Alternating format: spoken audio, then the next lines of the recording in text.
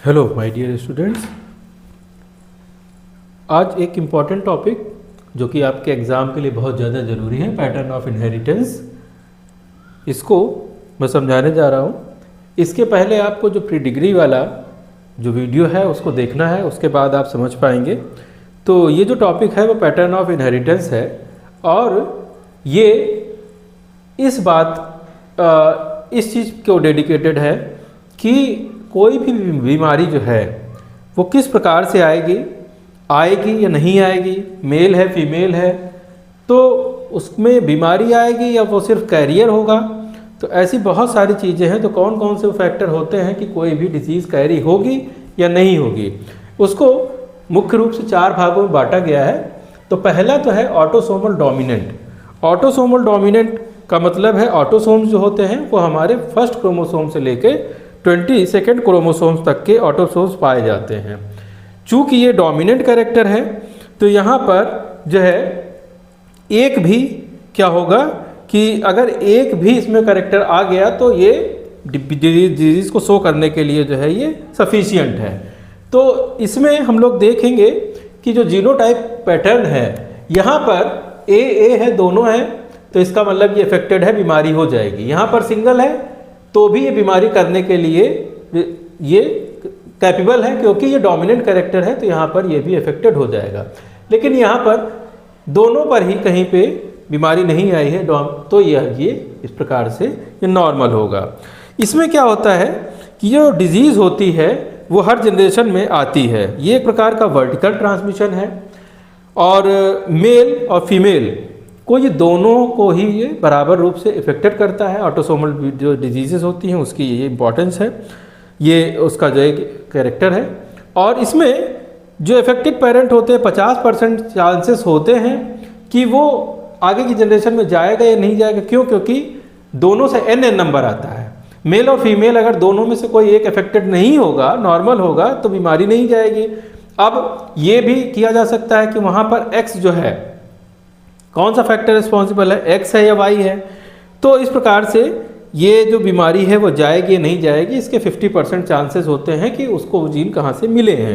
Affected individual जो होता है वो जो अनअफेक्टेड है वो कोई भी ट्रेट फिर आगे चल के वो पास नहीं करता है। अगर हम लोग पेडिग्री पैटर्न को देखें तो पेडिग्री पैटर्न में हम लोग पाएंगे यहाँ पे कि ये जनरेशन से जनरेशन स्किप करके नहीं जाता बल्कि कंटिन्यूअस चलेगा। बोथ सेक्सेस जो होते हैं बराबर इफेक्ट होते हैं। फादर से सन को जो है ट्रांसमिशन पॉसिबल होता है। तो इसके जो एग्जाम्पल हैं वो है हटिंगसन डिजीज़, इसके बाद मार्फन सिंड्रोम, पॉलीडेक्टाइली, बहुत सारे लोगों की एक उंगली एक्स्ट्रा हो जाती है। इस तरह की जो बीमारियां हैं वो इसके एग्जाम्पल्स हैं। इसके अलावा दूसरा है ऑटोसोमल रिसेसिव इनहेरिटेंस। तो जो ऑटोसोमल रिसेसिव इनहेरिटेंस है यहाँ पर ये एक्सप्रेस होता है उस कंडीशन में एक्सप्रेस होगा जब दोनों रिसेसिव एलील्स जो है पाए जाएंगे, तभी ये इफेक्ट करेगा, अदरवाइज ये प्रभाव नहीं दिखाएगा। तो जैसे यहाँ पर ए है तो ये नॉर्मल है, यहाँ पर रिसेसिव कैरेक्टर, डोमिनेंट कैरेक्टर में नहीं कुछ है। रिसेसिव है तो यहाँ पर एक है और एक में नहीं है, तब ये जो कैरियर हो जाएगा। यहाँ पे फीमेल जो होगी वहाँ पे कैरियर हो सकती है या मेल होगा कैरियर हो सकता है, मगर ये डिजीज़ नहीं शो करेगा। मगर जब दोनों पे आ गया, ए हो गया, तो दोनों रिसेसिव जीन्स के ऊपर डिजीज़ है तो ये इफेक्ट कर जाएगा, तो अगले जनरेशन में जो बीमारी है वो आ जाती है। इसमें क्या होगा, ये जनरेशन टू जनरेशन स्किप कर सकता है, इसमें ये कंटिन्यूएशन में नहीं होता क्योंकि पेरेंट्स जो होते हैं कैरियर होने की संभावना ज़्यादा होती है, अफेक्टेड होने की संभावना कम होती है क्योंकि दोनों जीन चाहिए होते हैं। इसलिए अब यहाँ पर जो पैटर्न होगा तो वहाँ पे जो रेशियो होगा, अफेक्टेड का जो रेशियो होगा वो सिर्फ 25% होगा, 50% जो होगा वो कैरियर होगा और 25% जो होगा वो नॉर्मल होगा। ठीक है। इसके बाद अगर इसका पेडिग्री पैटर्न अगर हम लोग देखें तो ये हॉरिजॉन्टल चलता है, हॉरिजॉन्टल पैटर्न है। और जो भाई बहन होंगे उनमें भी ये बीमारियां बराबर से फैलती होंगी, कोई कैरियर होगा, कोई अफेक्टेड होगा, कोई नॉर्मल होगा। इस प्रकार से ये बीमारियां वहाँ पर फैलेंगी। इसमें जो बीमारी होती है इसमें जो कंटेंजियस जो मैरिजेस होती हैं जो कि आपसी जो है आपसी रिश्ते में होती हैं, वहाँ पर ये बीमारियाँ फैलने की जो चांसेस होते हैं वो ज़्यादा होते हैं। इसका जो एग्जाम्पल होता है सिस्टिक फाइब्रोसिस है, सिकल सेल एनीमिया है, थैलेसीमिया है, एल्बिनिज्म है, एल्केप्टोन्यूरिया है। ये सारी बीमारियां जो होती हैं वो ऑटोसोमल रिसेसिव इनहेरिटेंस होते हैं। तो यहाँ पर अगला जो है वो है x linked dominant inheritance. X link जो है डोमिनेंट इनहेरिटेंस में अगर एक्स क्रोमोसोम का जो ट्रेट है इसके ऊपर डोमिनेंट कैरेक्टर अगर मान लीजिए मौजूद है तो इसका जो जीनोटाइप होगा अफेक्टेड का वो किस प्रकार से होगा। तो यहाँ पर एक्स के ऊपर है, दोनों एक्स के ऊपर है तो फीमेल होगी, सीधी सी बात है, तो ये अफेक्टेड होगी।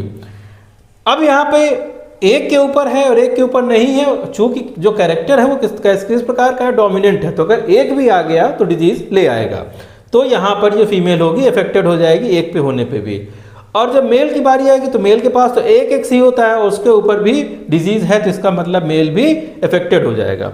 तो यहाँ पर इस प्रकार से ये जो बीमारी है जो बोथ सेक्सेस जो हैं इससे अफेक्ट होंगे, मगर बीमारी मोस्ट कॉमनली होगी किसको, फीमेल को, क्योंकि फीमेल को तो एक एक्स आना ही आना है। मेल में क्या है कि मेल के पास जो एक एक्स आया है वो आइदर ऑफ हो सकता है, उसमें अगर मान लीजिए इस फीमेल की मेटिंग कराई जाएगी तो इसमें ये भी जा सकता है, ये भी जा सकता है। तो अगर ये आया तो डिजीज होगी और ये आया होगा तो डिजीज नहीं होगी। तो यहाँ पे जो फीमेल होगी वहाँ पर जो है उसके बीमार होने के ज़्यादा चांसेस हैं, बीमारी होने के मेल के पास चांसेस कम होते हैं। दूसरी बात है अफेक्टेड फादर जो है, फादर अगर अफेक्टेड होगा तो ये बीमारी जो है सारे के सारे जो डॉटर्स हैं उनमें चली जाएगी, मगर जो सन होंगे वो नॉर्मल होंगे। अफेक्टेड मदर है, हालांकि ये सब आपको एक चार्ट बना करके दिखाने की ज़रूरत है, लेकिन अब इतना समय नहीं है, तो इसी वजह से यहाँ पर प्रीडिग्री से आपको थोड़ा सा समझना पड़ेगा। अफेक्टेड मदर की बात करें तो यहाँ पे जो होते हैं, जो ट्रेट होते हैं, वो 50% चांसेस होंगे कि वो जो सन और डॉटर को वो इफेक्ट कर सकते हैं, क्योंकि वो कैरियर भी हो सकती है और डिजीज भी हो सकती है। इसका जो एग्जाम्पल होता है वो होते हैं एक्स लिंक्ड जो है रिकेट्स, रेड सिंड्रोम और फ्रेगाइल एक्स सिंड्रोम, इस प्रकार की जो बीमारियां होती हैं इसके अंतर्गत आती हैं। इसके बाद है एक्स लिंक्ड रिसेसिव इनहेरिटेंस। यहाँ पर जो बीमारी होगी वो रिसेसिव है, तो जब दोनों पर होगी तभी वो इफेक्ट करेगी, अदरवाइज इफेक्ट नहीं करेगी। तो यहाँ पर हम लोग देखेंगे तो इसके ऊपर भी डिजीज़ है, इसके ऊपर डिजीज़ है, फीमेल जो होगी अफेक्टेड होगी। अब यहाँ पर डिजीज़ है मगर इस पर नहीं है, तो ये सिर्फ कैरियर होगी, इसको डिजीज़ नहीं, अफेक्टेड नहीं होगी। वाई की बात करें तो वाई के पास एक ही एक्स क्रोमोसोम है और एक ही एक्स क्रोमोसोम है तो वो अफेक्ट कर जाएगा, जो मेल है वो डिजीज हो जाएगा। इसको हम लोग जानते हैं कि मेल जो है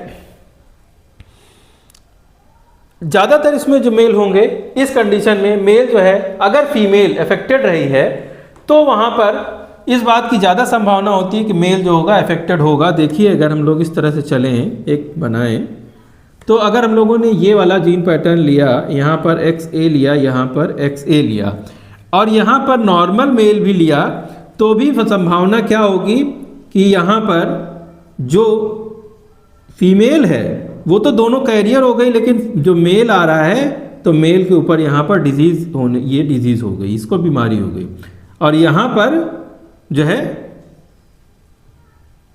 इसको भी बीमारी हो गई। तो यहाँ पर मेल जो है ज़्यादा इफेक्टेड हो रहा है, मेल की संभावना ज़्यादा है।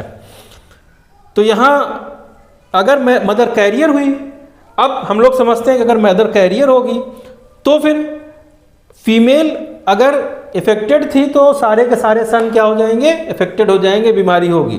लेकिन अगर मदर कैरियर होगी तो इसका मतलब एक के पास होगा, एक के पास नहीं होगा, तो इसका मतलब इसको हटा देते हैं। तो यहाँ पर 50% मेल जो होंगे वो उनको डिजीज़ होगी। तो ये जो 50% मेल है इनको डिजीज़ हो गई, 50% मेल है वो नॉर्मल रहेंगे, 50% फीमेल है जो कि कैरियर हो गई और 50% फीमेल है जो कि नॉर्मल होगी। तो इस तरह का ये पैटर्न बनेगा।